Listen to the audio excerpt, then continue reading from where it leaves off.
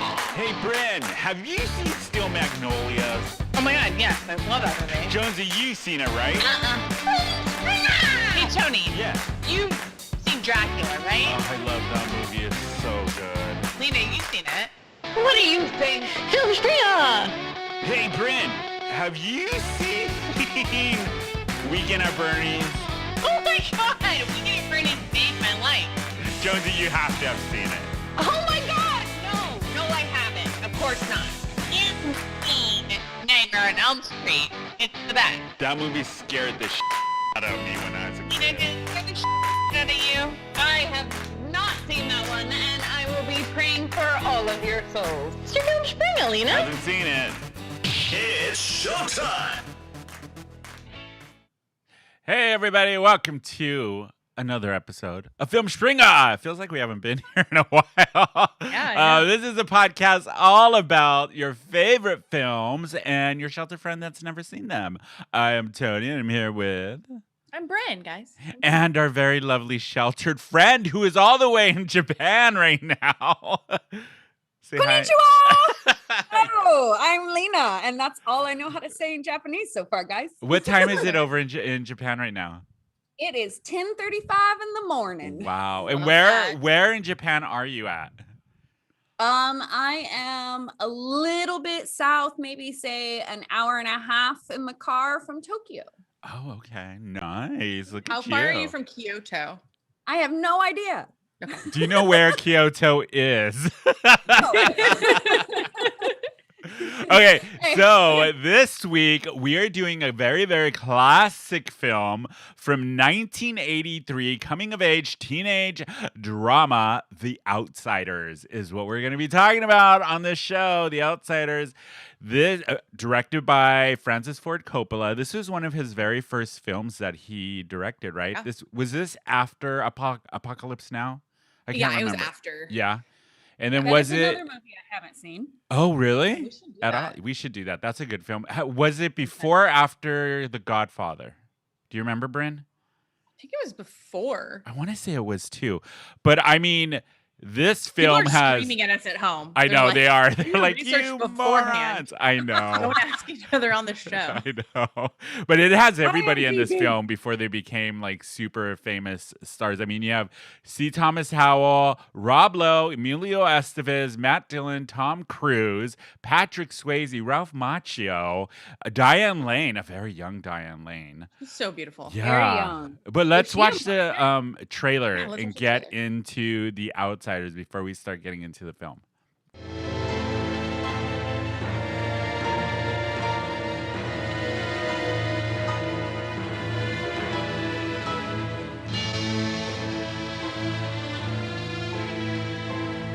The Outsiders.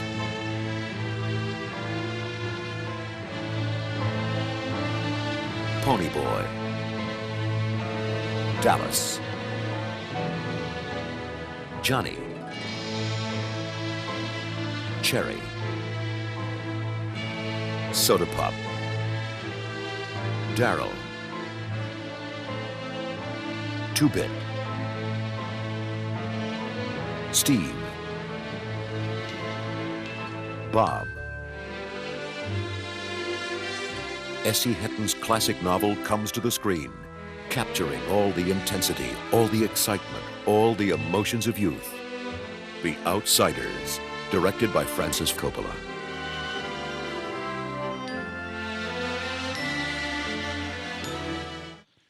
Okay.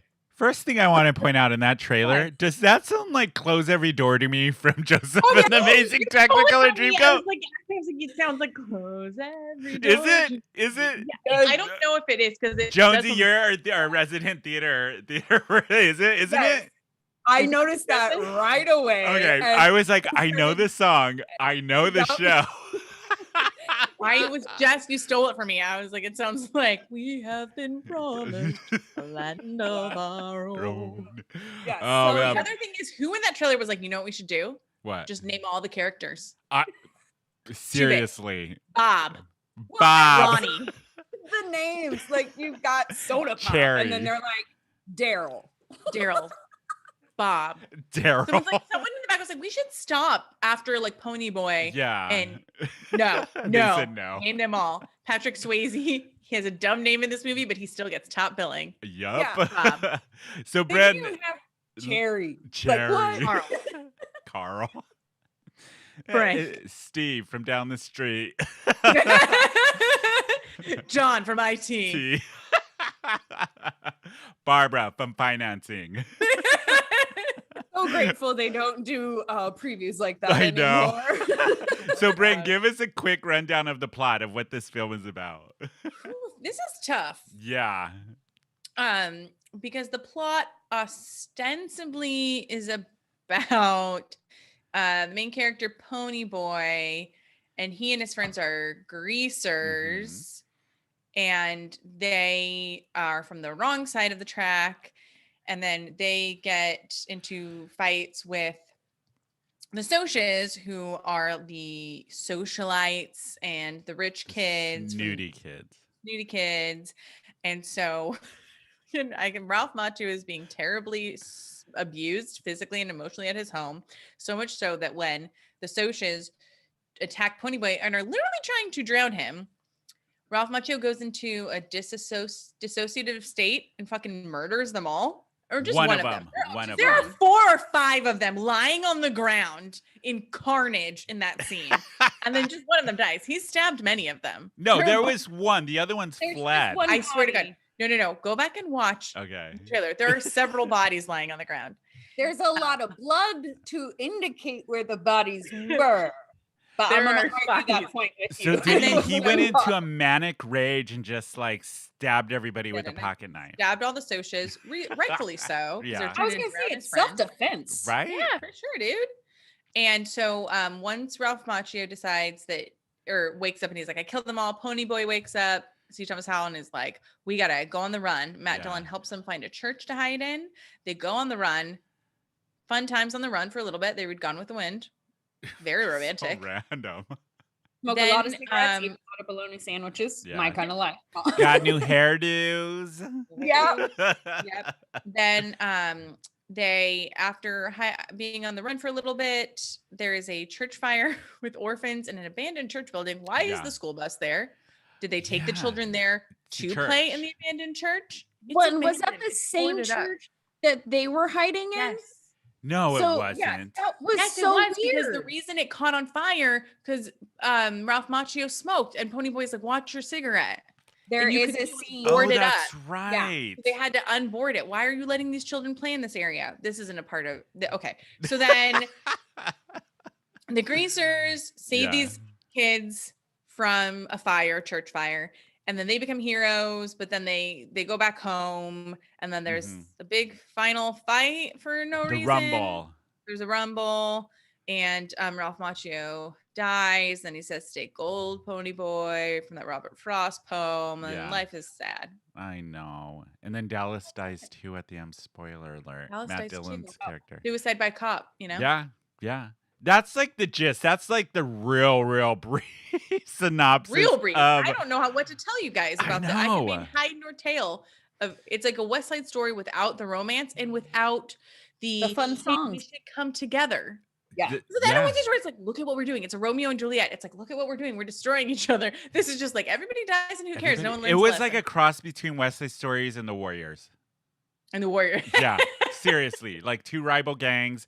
What are they really fighting about? Nothing. This is another film we picked with problematic parents. Where the fuck are all the Very parents at? problematic. Where are the Besides parents? Ponyboy and Soda Pop and Dylan's characters, because their parents died in a car accident, and Patrick Swayze's character Dylan has to raise his brothers Soda Pop and Ponyboy.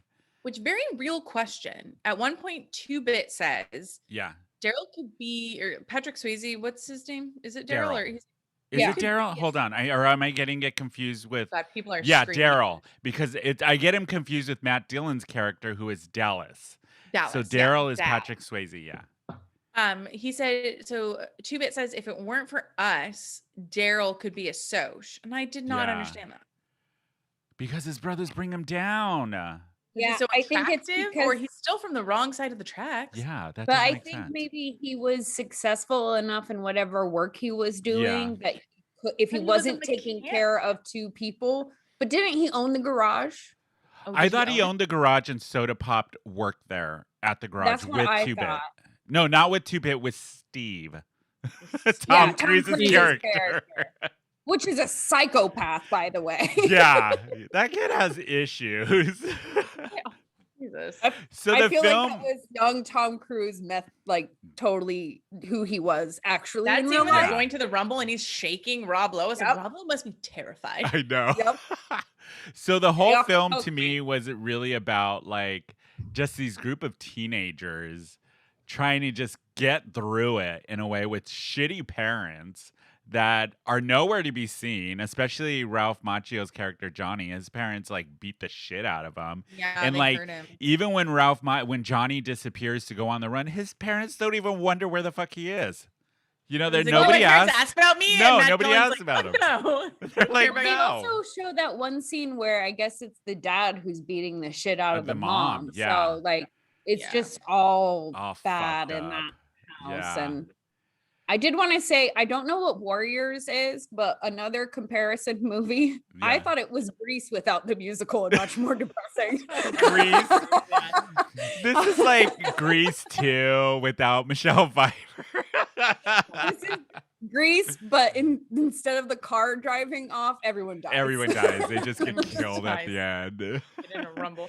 So this film also, I mean, first off, let's talk about the cast. Let's talk about the cast and how all the cast was really unknowns at the time. But I watched this short documentary this week on what I found fascinating about this film was the casting. The casting process of this film was done how you typically do a theater or a Broadway show or like just a show where you go in and everybody's watching you audition. Oh, Type it's like of an a thing. open call. Yeah, so it was filmed in a soundstage. The audition was in a soundstage, and it was the who of young actors at the time. And they all came to audition. They all knew each other, and they all watched each other audition. And Francis Ford Coppola was in the audition and running the audition, and he literally was like Emilio Estevez, Tom Cruise, Michael C. Hall, whoever else. Now you guys go up and had everybody switch parts in the middle, like everybody read for, yeah. like yeah. So when I was watching, Rob Lowe said he had never been to an audition that was set up this way, especially for film and TV, and that there hasn't been an audition process like this since then for film and TV that Oh, was that's so run like weird. that. Yeah. It's really fascinating. You can find it on YouTube, but they have a documentary about the casting process for Outsiders. It's really interesting. What, John? Didn't he do something similar with his daughter's movie, which he was a producer on, Virgin Suicides? Virgin Virgin Suicides. Yeah, I thought think they it did was something. similar Yeah. with the cast. Yeah. And Because all you the need to get the girls. chemistry right. Yeah. And you need to be able to move and piece it around to Yeah. figure out, because there's so many ancillary characters Yeah. in this. It's all a bunch of like rowdy teenage guys, which is those Leif Garrett played the Soch that gets murdered. I know, which was so And I was like, I totally bizarre. forgot Leif Amazing, Garrett was isn't in it? this movie. But I like And- how Matt Dillon was in the audition and Francis Ford Coppola said, "Oh, we're done with you and you can go home." And he excused him early above everybody out before anybody else. And so he left the audition thinking he completely bombed it, called his agent, and his agent said, "Oh no, Francis Ford Coppola already cast you. That's why he let you go." Because he had already Oh. decided Matt Of Dillon's course, you gonna would feel play terrible. Del- They're like, Dallas. keep everyone. They're like, you're done. You're done, It's bye. happened to me before in a play, and it Yeah. is like, no, we don't like you. Go. Go. Yeah, exactly. But I just thought if you watch, you can find it on YouTube, like I said. But the audition process was very interesting. I thought for this play. So it's based off of the book, which is written by what is S.E. her name? Hinton. Huh? S.E. Hinton. S.E. Hinton, who got in a lot of heat a couple years ago. Did you read about that? Yeah, so she wrote this book in high school. And she it was had, like, 15 or 16 at the time. yes, just Yeah. like crazy success. And then recently people were saying that, I cannot remember Ralph Macchio's character's name. Johnny. But the Johnny and Pony boy, there was romantic. They had Yes. always envisioned, like a lot of people, the readers had said, like we'd always envisioned that like the true romance of the story was Johnny and Ponyboy. And S.E. Hinton, the author, was like, no, No, I didn't write them as gay. No. they're not gay. And And she's so like, it led to a big wrote it. Twitter thing where people were like, well, you know, you Right. write a piece of work, but people interpret it a certain way. And she's like, no, that's Right. not how I wrote it. And I read all the tweets in the article and I was like, God, she sounds like a bitter old lady, a bitter old bitch. But Like, it's she like, just why sounds go like- to that extent to be like, no, I don't want you to interpret No. it that way. Yeah, don't like, because interpret when my I work that way. watched it, when I read the book, that is how I interpreted it. Yeah, And when you watch so the did I. movie, that is the major like romance. Like they're reading Gone with the Wind to each other and I feeding each other know. bologna sandwiches. And you're like, yes. So it's like, why come out and why not just say like, I'm so glad that this is like a piece that transcends that and people, in tune what they Yeah. want into it. She's like, She's no. a homophobe. Yeah, She's like, she that's is. not how I wrote it. Well, she also said, she said at the time, somebody said they thought it was just cute that the two characters would have been gay. And she said, would you think it's cute that somebody's gay in 1960? Ask them. And then she said in another tweet that I don't write black characters because I'm not black. What? I know. I was like, oh, and then she Wow. got in heat for that. I was like, she's What just are you talking dumb, about? dumb. So But she makes her an and J.K. appearance. Rowling are I best know. friends. They're best I friends. know. They get coffee every Ruin your legacy. Tuesday. By just being a bigot. It's like, Oh, why? I know. Just shut up. But Like, she also makes Thanks an for appearance setting in the women film. back. The writer Oh, makes an yes. appearance in the film. Yeah. At the end, the nurse that Dallas pulls a knife on is her. And she had very fond memories of the filming of this movie and was kind of like the mom to all of these young actors during the filming of the film.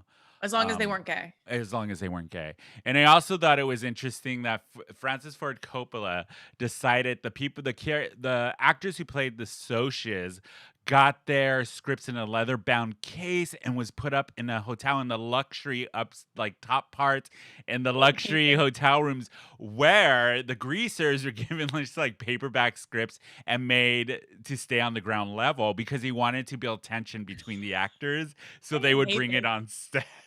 It's like in Saving Private Ryan, all the actors had to go to boot camp except for Matt Damon. Yeah.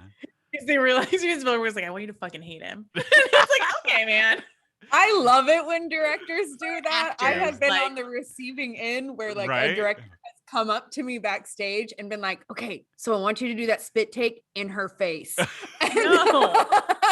I hate that. I know. Also, what I thought was interesting, Francis Ford Coppola wanted Matt Dillon to spend a night in jail to understand the character of No! Dallas. And Matt Dillon refused and said, no way, Francis. How about you go spend a night in jail? And tell me what it's like. Yeah, and I'm tell an me what actor, it's like. and, like, listen, spending one night in jail knowing I'm going to get out, Yeah. it's not like actually being a person in a desperate situation. No, you're not going to It's get not anything out of it. psychologically getting me in the frame because I'm a rich actor who will still be acting tomorrow. Yeah.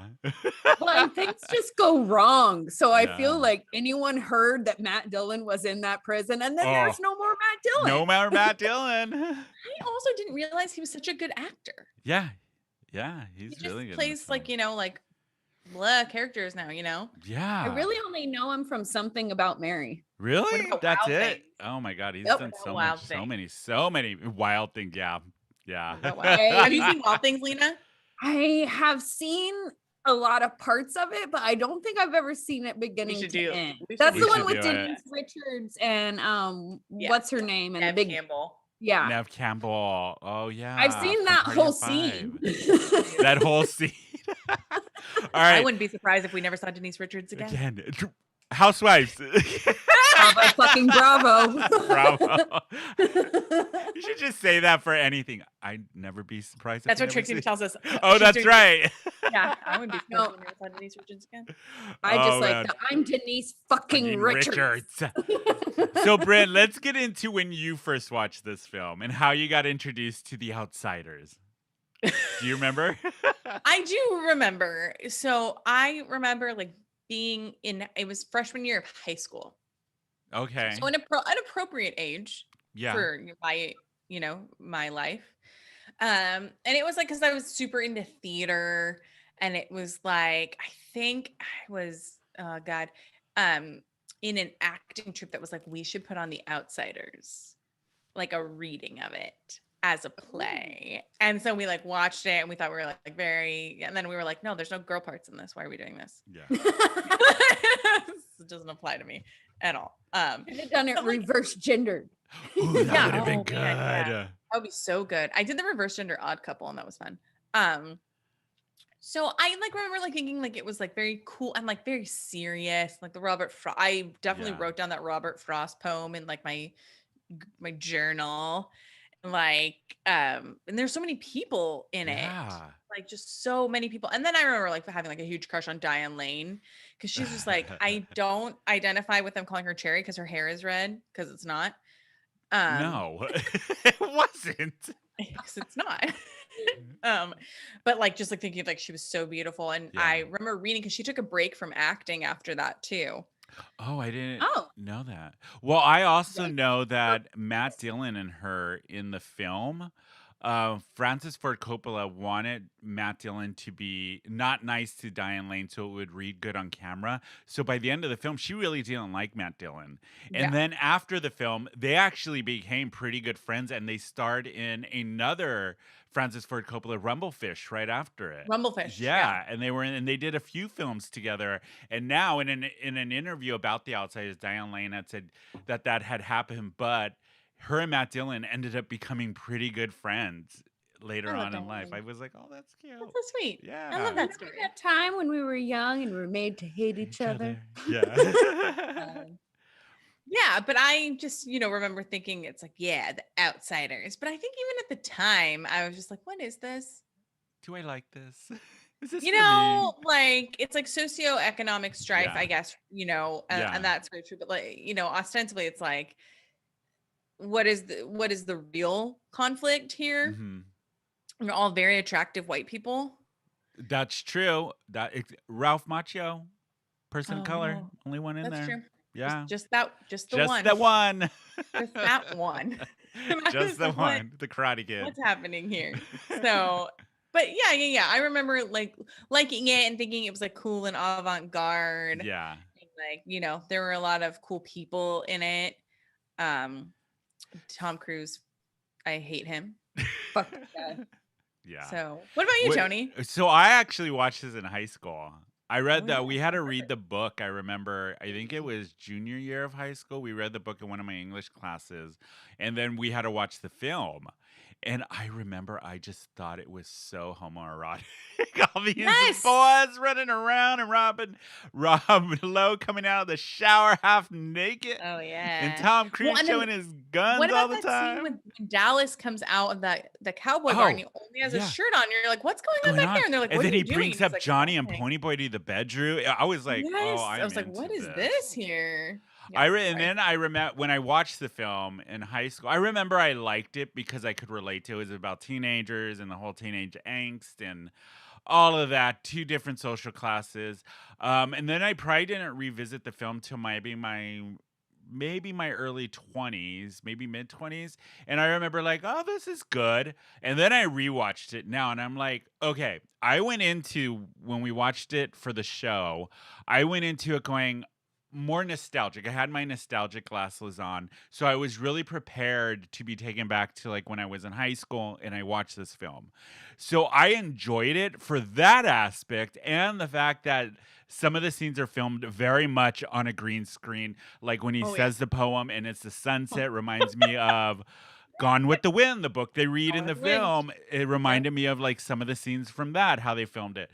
So watching it now, I was like, oh, wow, this is way darker than I remember. And like a little, I wouldn't say there's not a lot of problematic stuff with it, except for maybe a few parts, but you can tell that it is a very young Francis Ford Coppola directing it, and he hadn't had found his niche in direct. He was still getting his feet wet. That's how I felt about it now watching it now. I still really enjoyed the movie, but I'll be honest, not as much as I did when I first watched it and the second or third time I watched it in my 20s, and it's been a good 15 years until now since I watched it. So Yeah. I hadn't seen it in a really long Yeah. time. I mean, there is a lot. It was really cool seeing a lot of these really young actors before they made it big and seeing kind of like them young and like starting out. It was that part I was Loose like and really cool. free, like especially Matt Dillon, he was so like loose Yeah. in his feels, and it's like so dramatic, and like I think you sort of pull back Yeah. as you get older, so it And was cool. Tom Cruise got Risky Business based off of this film because the directors of Risky Business saw him in this and really liked him. He has So. he has- Or he actually got the script in the middle of The Outsiders and was preparing for Risky Business when he was filming The Outsiders. I was gonna say that's shocking because I don't think his performance in this film Yeah. is that standout. That's what it was. He was reading the script or had Cast. already gotten cast during Like, the part I of would this where he's just probably jumping. watching this film picked any other person. any other. Any other. But he I do did have a during the Rumble scene. Tom Cruise did actually get socked in the jaw, and he had to get Good. emergency dental work done Is for that the when he- following day. Yeah. Is that what he Oh, always is that why they were Yeah. like, you have Center to Yeah. in your mouth? Yeah. That makes sense. Exactly. I mean, if it's gonna happen to anyone, you know, Yeah. And I love that Yeah. Emilio Estevez is in this film. It's just so random as when they're eating the two-bit. chocolate cake and Oh, it's just God. all over their faces, I'm like, oh, this is so I like off-putting. the part where he's in his Mickey shirt and he just grabs the whole cake and a beer and sits down in front of the Like, TV. Mickey's on. He's For like, breakfast? so I said, happy. what a. I'd what be a like, okay, I breakfast." feel ya. I'm down for that. I like that. Yeah. But it's, Everyone's I doing mean, work. one of the big scenes in the film that I really think visually is cool is how they did the Rumble scene. Yeah, I like. You know what I mean? Visually, it's really cool how they choreographed it. And just like, Lena what's it got? disagrees. Pointy Boy just came out of the hospital. He's like, yeah, I'm going to go fight. Yeah. And his I'm brother's running a like, fever. yeah. Yeah. okay, all right, you're right. It's like, what have I ever disappointed you before? And it's like, our friend is about to die in Die. the hospital. His back is broken, and literally, you were just involved in a murder. Yeah. Maybe you should get home, underage kid. Yeah. God. But I did like when Daryl, they're all- come because they're on. Yeah, you can like feel the energy of all the greasers, and then Yeah. I really liked the visual of the scene when all the cars are pulling up from the socias because you do sort of get like that dread. Angst. All the And I cars like pulling the drive-in movie when they first meet Cherry. Yeah. And when they were filming, Matt Dillon actually accidentally fell off the part where he fell. That wasn't that Yeah. was accidentally, and for a split second you can see what's his name? C. Thomas Howell look directly into the camera and break for a second. Yeah, and they kept it in the film because funny. Diane Lane's reaction to him falling was so genuine that they kept it in the film because she starts laughing at him. 'Cause she's like, "What's yeah?" And you're Yeah. like, "Yeah, that's so funny." And that Matt Dillon played it off like it was part of the film but- when it really wasn't. It was an What a accident. professional. So I know. But before we get to Jonsey's take on this film, you know what time it's for? It's time Oh, for no. name drop. Okay, all right. Name drop. We got to pick who we're gonna do. Let's start. Dolly Parton. Rachel Maddow. I spend an hour with her every single day. I once played a Day. drinking game with Celine Dion, Liza Minnelli. Cher. Laura Dern. I don't know her. Who would you say is the most famous person in your phone? my good friend Ben Affleck and his crippling addiction to back tattoos. I have the best Lady Gaga story of all time. Hate him, loathe her, over them, cancel it, tell me everything. Yes, this is the part of the show, our name drop segment, which is our take on 6 Degrees. So let's pick an actor from this film. There are tons of them. So I mean, my I gosh, think this any is going to be pretty easy. Who do we want to pick from this film? Do you guys have a suggestion? I don't know. You guys pick. Jonsey? I You know who we only should do do? the guy we hate the most. What if we do the late, great Patrick Stewart? Swayze. Swayze. God damn it. Yeah, Patrick Swayze. Patrick Stewart is still alive, and don't you put that out there into the I universe. know. Don't kill him, Jean-Luc Patrick- Picard. We still need him. Patrick Stewart. No, it's Swayze. I did it Swayze. again. God damn it. Yes, let's do Ah, Patrick. Swayze 2. Who is in our two. next film? Do we want to do maybe another legend that unfortunately passed away? We're just doing dead people. Yeah, let's just do dead people. Okay, Olivia sure. Dukakis and Okay, Patrick, Patrick Swayze. Swayze. Olivia So we will Dukakis. revisit this at the end of the episode and see if any of us get it. Most likely Brynne will. But This was the very first time Jonesy has ever watched this film, and she has been wanting to watch it, right? This is one that has been there that certain people have been like, "Well, you need to watch this film." So I'm very Yes. curious on your take on this because I know for me, I have a different opinion after watching it now. I like I had said, so I'm really curious to see what you think, Jonesy. So first, I want to say I watched this entire movie basically in my head, going Patrick Swayze's character in Dirty Dancing. This is his pre-story. This is My what backstory. Yeah. this is Okay. basically him before he went to the Catskills. The cat's good. Do you notice he checks almost out. looks like the same outfit Exactly and the same. everything? Yes. Yes. Yeah. Okay. And I did wonder, like, was it a thing in the 80s to make movies set in this time? Because 1965, I believe, is the time set for this. it I think feels that's like when it's from in the book. Yeah, the book is set in, I had it, let me look through my notes. I want to say 1965 is when it's 'cause I supposed just to be felt set. like it was giving me the Dirty Dancing vibes. It was giving me the Grease vibes. And I was just like, is that what they did in the 80s? Why did they love this time frame so freaking much? Like, I don't know, they're just nostalgic? it's very 1965. weird. Yeah, I was right. Yeah. The Okay. film takes place in 1965. Yeah. Yes, I would say I did not like this movie at all. It was Really? my opinion, and I know we're not supposed to say this about Francis This Ford is Coppola. like, wait a minute. This all of is us 2 right. for 2. The last one she hated. This is Oh, another. no. Oh my God. I I can't think believe this it. is a bad film. Wait, you think it's a bad film? Yeah. Why? I think the only way this should be shown to film students is this is what you shouldn't do. Holy moly. You guys send your hate mail too. Jonesy. Bring it. Come and find me in Japan. Oh my God. I mean, the film did very well box office and critically. Yeah. It's a critically acclaimed film I and people loved it. It's so Yeah, so just like slow. whatever, Lena, but people loved it and it received a lot of acclaim with So why what about the film did you not like? Let's start there. It's Was it so slow? okay? It's so slow. I don't feel like we don't see enough of the picture. Like I really wanted there to be more with like the cops, and like we're seeing the repercussions of, and we're seeing the town Yeah. judge the socias differently than we see them judge greasers. Like it was loosely talked about, but I felt like it was kind of empty and not enough. But do you think that it So was you a wanted good this to be a Law and Order movie? But, No, not but also too, necessarily. this is from the kids' point of view. This is from Yeah. not the parents, not the adults, not the law enforcement. It is from the actual kids' point of view. Is where Right. the And film- they're so afraid of the consequences that we never ever see. So, like, to me, that was the other thing. Like, I don't understand why they're hiding in a church for a week. Why do they dye their hair They before? murdered someone. Okay, but none of that. But you also got to think these are like 15 and Yeah, 16-year-old kids Yeah. that are like, what did they do in the movies? Oh, we got to change our hair. You know what I mean? They're not adults. So And I get that. And I get that that makes, why Yeah. they make some of the rash decisions that they do.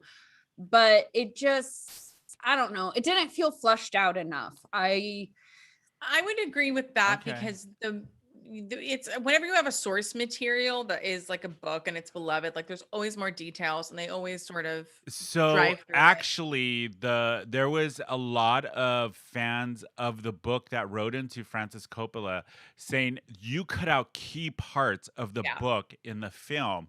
So there is another version of The Outsiders that was released with those deleted scenes that are, I guess, parts of the book that got cut out that were very important that fans loved.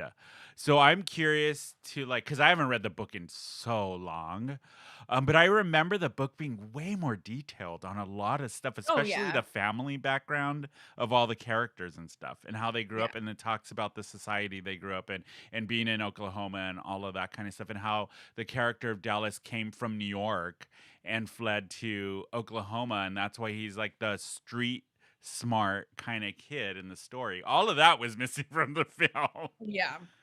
So do you think, Jonsey, Lena, if they had that kind of a background, it would have fleshed out the film better and made it more Yeah. solid? Yeah, right? Yeah, I think I felt like they were assuming everyone had read the book. So they're like phoning Yeah. some of the stuff in. Okay. And that's not a good movie. You don't make those assumptions. Like, yes, you want to, when you're adapting something, you don't want to tick off the readers. I mean, I think you always will, because everyone who loves a book is going to always be like, but the book was better. Like, of course. Exactly. Yeah. But I feel like they made this movie assuming everyone had a background on it, and that I don't think is they It did didn't themselves a resonate. disservice. Yeah. Yeah. Was there anything you liked about the film? I really liked I enjoyed individual performances. Like, I really liked Emilio Estevez's two-bit.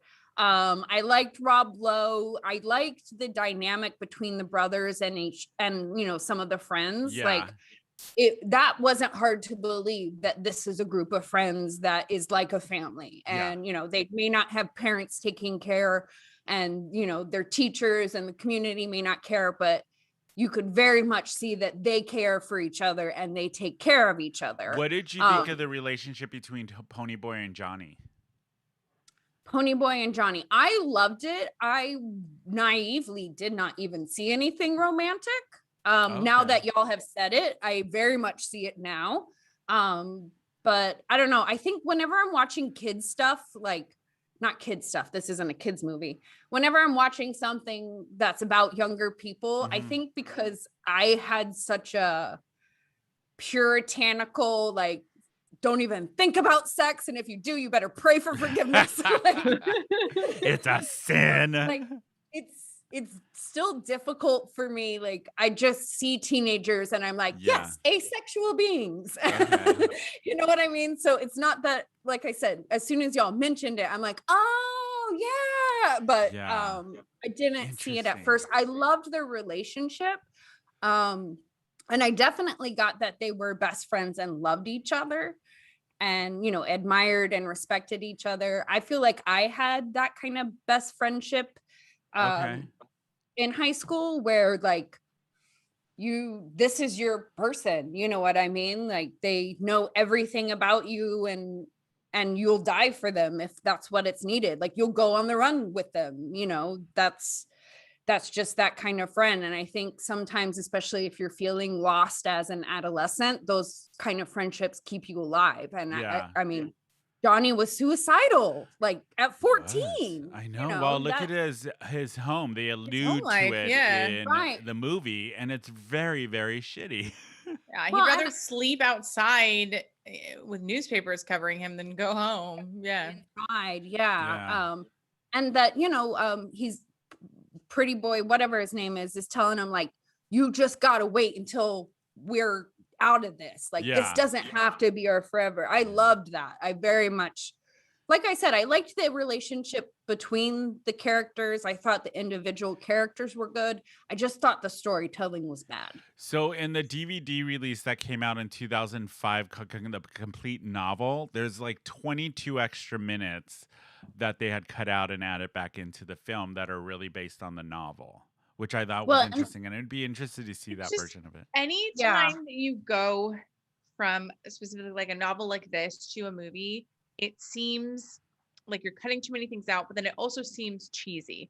Like, it's so dialogue heavy that, like, saying like, if you're reading this kid saying a Robert Frost poem to his friend while they're on the run, it's like romantic and stuff. But seeing it with C. Thomas Howell with bleached hair in front of a blue green screen seems like cheesy, but like, it is also very of the time. Yeah. Like, it was like everyone was deep and feeling and feelings. They were in their feelings. And expressing them. Yeah. I do think at the time, if I had seen it closer to when it was made, I mean, I was too young, but I would have probably enjoyed it more. I do think that this is one of those movies that does not stand the test of time. We now have, I feel like, higher standards for our storytelling, that this movie would not be made this way. these days. I still think the movie is important to cinematic history. I do think. I think it's a classic. I think, especially if you read the book, you should probably watch the film. I think it stays true to for the most part, the source material. Like it's not too different from the book. It's a very, very nostalgic film, I think, and it's a very capsule. Like it's a very significant part in history, especially for the 1960s when there was social classes more defined than it is now. And I think it does a good job in a way of showing like the greasers and the socias from adolescent point of view.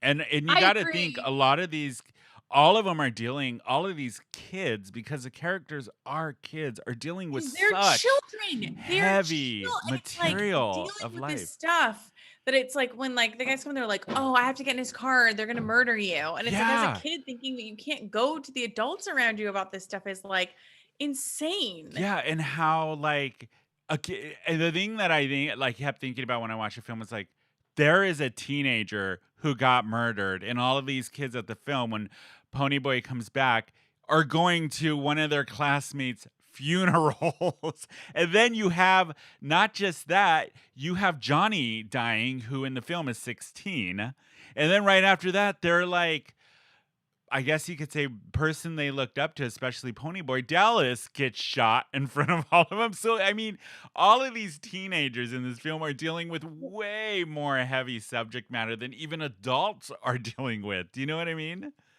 I get that, but I also feel like we get that in Grease, and that's a better film. But Grease is a different like no, Grease is a completely different genre of film. It's a musical, and it's I know light, and that, there's but I'm nothing saying- realistic about it. Maybe the thing you don't like about the film is that it is more of a darker turn for an adolescent point of view. It's not No, that's not what I don't songs like and about the film, candies. because I really do feel like, as much as I hate when they remake movies, Yeah. this is one they need to remake. Let's throw this one out. Let's make a new one. I disagree. I think it doesn't need to be remade. I think we're fine with what we have. I for don't it. think it could be remade. I don't think so either. I No, don't it think would, so it would either. try and make it too gritty, and it is just like part of it is that part of the charm of it is like the innocence of it and the cheesiness of it, with also the reality of what's going on. Like the part where they shot like Dallas, all the kids are running down, and like Patrick Swayze, they're all screaming, "He's just a kid! He's just a kid! There's no gun, there's no bullets in there. He's just a kid!" And they shoot him, and they keep shooting him, and it's like, yeah, it's so stark. I wonder, Lena, if maybe it's because a lot of films that come out now, it's like bam, bam, bam, keep your attention, because you lose your attention within 15 seconds, 20 seconds. Where this is it reminds me of a very specific style of film where it is, like you say, it drags, but it's just, to me, it didn't drag. To me, I thought the pacing was fine, because I know films that came out in that era, especially a Francis Ford Coppola film, they're not the like pow wham scene after scene, action scene, this big thing. It's a very slow, quiet type of build. Right. It's like a play. It's dialogue driven, and they're ratcheting up the Yeah. emotions. And No, I could see what he was doing. I have seen all of the Godfather movies, and I can see the lead up. I can see this building up to, I think we kind of guessed that he did the Godfather movies after this. Yeah. So like, I get that this is his way of storytelling. I don't think it was quite sussed out enough and polished enough. I feel like there was more that could have been put into it. Mm-hmm. It's not me judging it from 2021. It's me going, oh, we've come so much further. Francis Ford Coppola himself came so much further in being able to tell that kind of saga kind of movie where you are okay sitting there for 3 hours. But I don't think this movie was a success in that. I think that you are right in this. Like, what are we emotionally invested in? There's like one inciting incident, right? Mm-hmm. And then there's no other rising action. Yeah. until we hit the it's like, okay, Until we then hit they're the hiding. climax, yeah. It's not like people are searching for them or they're planning a new life. It's like we hit this plateau where it's like they're sort of just not chilling, but they're eating melody sandwiches and reading Gone with the Wind and being introspective. And it's not sort of like a room with a view, because we don't have that romance, it's while that's happening, we're sort of just in this limbo. Yeah. I get that. Well, yeah. and I feel like there were parts where we really could have, like, the scene between when they get back to the town, between the Soch that was like the best friend with the dead guy Yeah. who got killed, Yeah. and Pony Boy. what's his name? Yeah, Pony Boy. When they have their scene where they kind of go away and actually talk about how, like, in the inn, I actually lost my friend, and it's not even my gripe with you, it's just this is the way it is, and Cherry references it too, like, well, I'm telling you this, but I'm not telling you this because I'm not supposed to be talking to you. Like, I felt like those moments could have been more to then make the storytelling better, instead of this, like, ugh, I don't know, like, it just, Okay. I don't think it was I the just story. I find it interesting because Welcome to the Dollhouse kind of had, the last film we did, kind of had the same feel as this, where it is a very, at the time when the film was made, especially this one in Hollywood, there really wasn't a lot of films offering out a realistic viewpoint of kids from the wrong side of the tracks. So I think this falls in line with like Welcome to the Dollhouse, where it is a pretty realistic depiction of teenagers at this time. And I don't know, I just find it interesting that you had a problem with Welcome to the Dollhouse, which was like that, where it was very realistic for kids in 1995, 96, where this is 1965, and it is a very realistic viewpoint of how kids would act, talk, and all of that at this time period. I don't know, I just think it's interesting. We don't watch just reality. Even reality TV is not real, because it would be boring. And how dare you say that? No, I'm saying. So no, that makes sense. You don't want it as an audience member for yourself. You don't want to see realistic point of views. You'd rather bring me the fantasy. No, I want it if you can do realistic, but still do good storytelling. Don't like, you don't need to give me the long pauses and that kind of stuff, which carries in a live theater. Those moments you really like, you have the audience and they're waiting for you to say another word. Here, I'm like waiting for it to be over. Okay. That's why we do this show, because I completely disagree with you on that. I thought the storytelling in the film was great. And that's why it's held up for so many years, and that's why this has been a classic, and that's why people watch this, and this has been referred to in pop culture for so long. I don't think people are still watching this. You want to look at our social media. We posted a picture of The Outsiders, and we got a lot of likes, a lot of comments. You did know Stay Gold, Pony Boy. You did know. You knew that before watching the film. Oh, we should get into the name drop. Let's see if did any of us get it? Oh, I got it. What is it, Brynne? Shocking. All right. You want to hear it. Let's go. How are we going to do? Patrick Swayze was in Ghost with Demi Moore. Okay. Demi Moore was in Indecent Proposal with Richard Gere. Yeah. Richard Gere was in no, that's Robert Redford. That's wrong. I'm wrong. Oh shit. You just ruined the whole thing. I just ruined it. Wow. So okay, so oh no, wait, no, I can still save it. Oh no, but then I have to go to the movie we're doing next. Is that a good way to do it? Yeah. Okay. Good segue. Oh no, I can. Fuck yeah. Okay. So go ahead, try it. Talk it out. He was in Ghost with Demi Moore. Demi Moore was in Indecent Proposal with Robert Redford. Robert Redford was in Up Close and Personal with Michelle Pfeiffer. Yeah. Michelle Pfeiffer was in The Witches of Eastwick with Cher. Cher was in Moonstruck with Olivia Dukakis. There you go. There you did it. Wow. Good, Brynne. I was trying to get into Steel Magnolias, and I'm sure I still could if given another moment, but because you said Cher was in Witches of Eastwick with Michelle Pfeiffer and Susan Sarandon and Jack Nicholson. and one of those have to be tied to somebody from. Someone.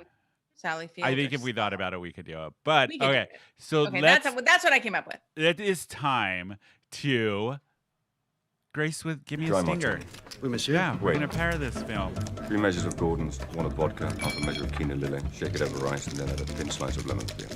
It's drink, I like it. I know, it's great, right? Another! Grace, give me a stinger. Yes, this is the part of the show where we are gonna pair a cocktail and a little nibblies with this film. What would you pick? Let's start with you, Brynne. We're all gonna have the same thing. What? We're all gonna say chocolate cake and warm beer. I know that's what I was gonna say, but then I was That's gonna be not like, mine. no. Oh, Is that's that not what either? yours is gonna be, Brynne? Yeah, chocolate cake and warm beer is mine. Okay. What about you, Jonsey? I'm gonna do a bologna sandwich.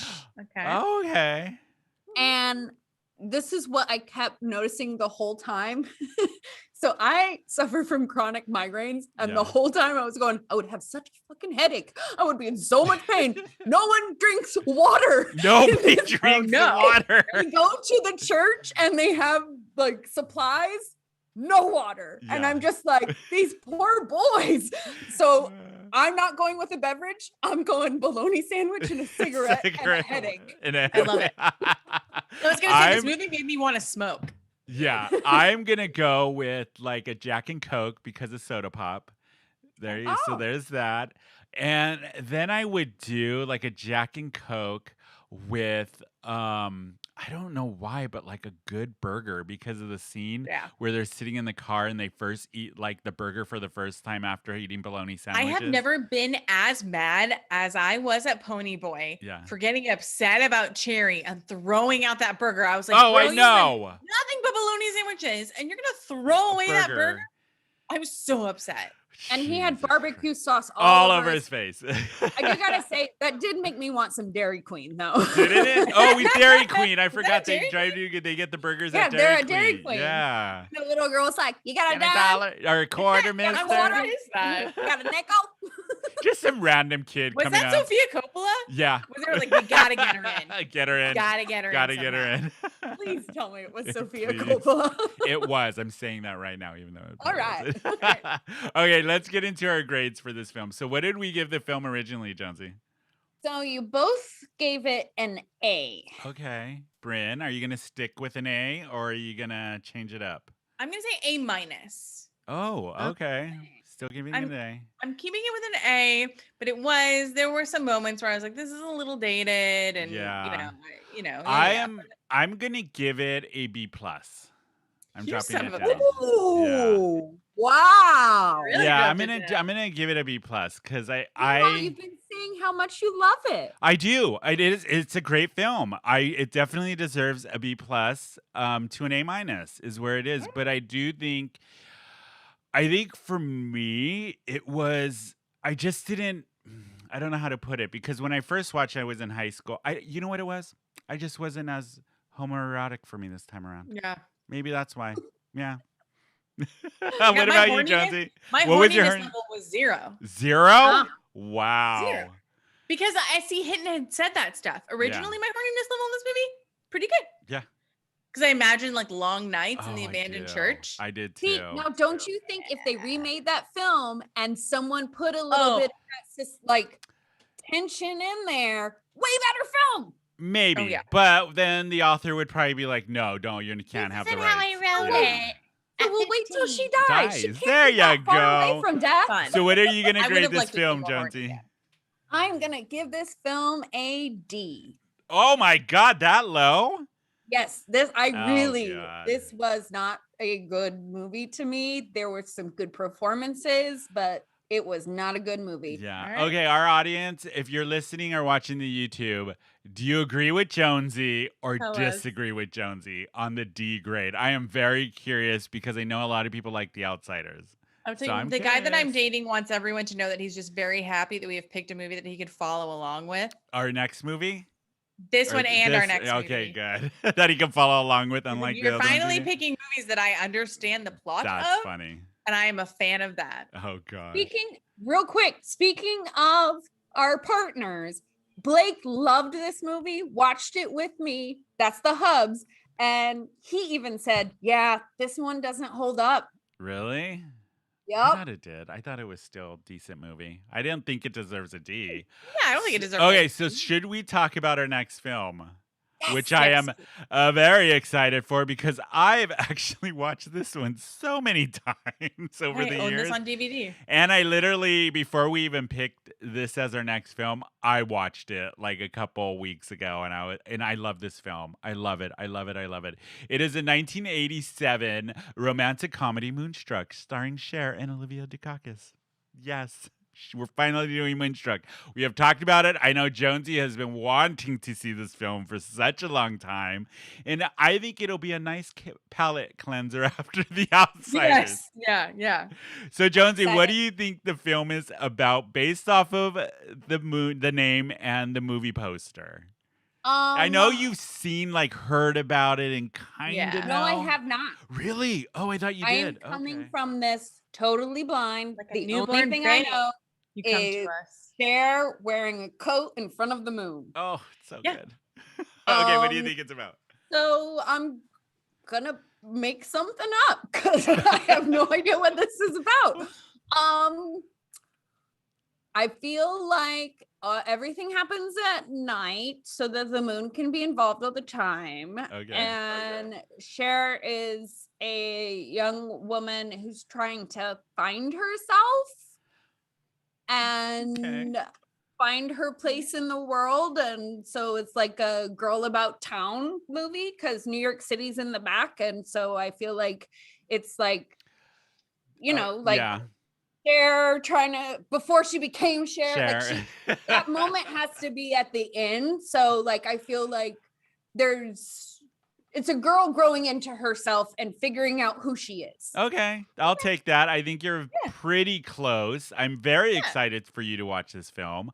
So that is our next show. We will be diving into Moonstruck, starring Cher. Do we What want are to our give a grade? grades? Oh, Yeah. I'm giving this an A++. I love this I'm saying movie. A. I say A. A? Okay. Why an A? You don't like Just it? an A. All right. Wow, He's getting Brynne. offended. I have a feeling we're going to fight on this next episode. We might. We might. But that is going to be it for us. Next week, we are going to do all about Moonstruck. But you can follow us on Instagram. We are Filmspringa on there. You can email us at filmspringapodcast@gmail.com. You can follow the podcast anywhere you get podcasts. Make sure you subscribe and give us a 5-star rating. It helps us out a lot. You can watch us live if you want to see our pretty, pretty faces every Thursday night about 7:30 or on Out at TV Friday nights at 8 p.m. We are on there too. But that is it for us. Next week, we're going to be doing Moonstruck, and I'm very excited about it. And that is our show. Bye, everybody.